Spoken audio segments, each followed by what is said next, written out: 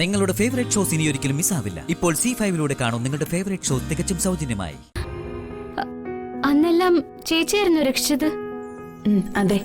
ഞാൻ കരുതിയിരുന്നത് ശ്രീ മഹേശ്വരൻ എന്നെ രക്ഷിച്ചെന്നാ. ശരിക്കും അത് അങ്ങനെയല്ലേ? ശ്രീ മഹേശ്വരൻ അറിയാതെ ഈ പ്രപഞ്ചത്തിലെ ഒരു പുൽക്കൊടി പോലും ചലിക്കില്ല. എന്നെ കൃത്യസമയത്ത് എത്തിച്ച് ഗംഗയെ രക്ഷിക്കാനുള്ള പ്രാപ്തി തന്നതും അത് ചെയ്യിപ്പിച്ചതും എല്ലാം ഭഗവാൻ തന്നെയാ. സമാധാനായി.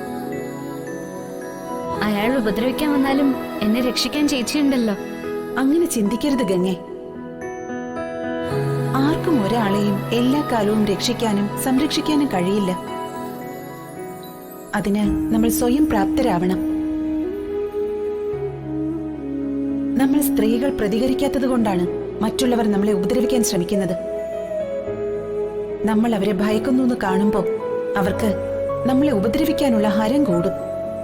അവര് വീണ്ടും വീണ്ടും അതിന് ശ്രമിക്കും. അവർക്ക് ശക്തി കൂടുതലല്ലേ ചേച്ചി? നമുക്ക് അവരുടെ മുന്നിൽ പിടിച്ചു നിൽക്കാൻ പറ്റോ? നമ്മള് എത്രയൊക്കെ ശ്രമിച്ചാലും അവരെ തോൽപ്പിക്കാൻ പറ്റില്ലല്ലോ. ഈ ചിന്തയിൽ തന്നെ നീ തോറ്റുപോകും ഗംഗെ.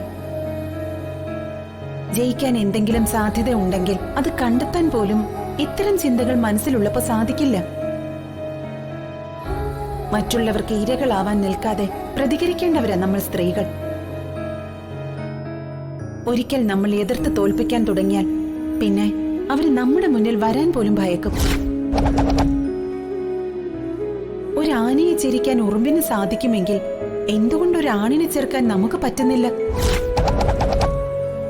ഇനി രാഹുൽ നിന്നെ ഉപദ്രവിക്കാൻ വന്നാൽ രക്ഷിക്കാൻ ഞാൻ വരില്ല. നീ സ്വയം രക്ഷപ്പെടണം.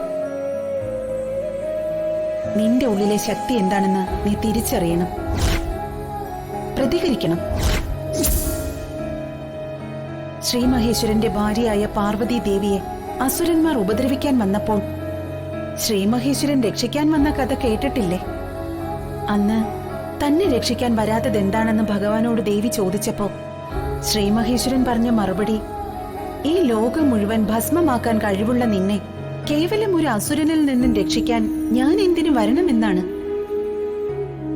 ആ വാക്കിൽ നിന്ന് സ്വയം തിരിച്ചറിഞ്ഞ ദേവി മഹാകാളിയായി അസുരന്മാരെ എല്ലാം കൊന്നൊടുക്കി. അതുകൊണ്ട് നിന്നെ രക്ഷിക്കാനുള്ള കഴിവ് നിനക്കുണ്ടെന്ന് നീ തിരിച്ചറിയണം ഗംഗെ. എപ്പോഴും ശത്രുവിനെ ജയിക്കാൻ ശക്തി വേണമെന്ന് നിർബന്ധമൊന്നുമില്ല. ബുദ്ധി കൊണ്ടും ജയിക്കാം. ചേച്ചി പറഞ്ഞതെല്ലാം ശരിയാ. ഞാൻ ഇനി പ്രതികരിച്ചോളാം. മിടുക്കി. എന്നാ ഗംഗയുടെ ജോലികൾ നടക്കട്ടെ. ഞാൻ പിന്നെ വരാം. ശരി.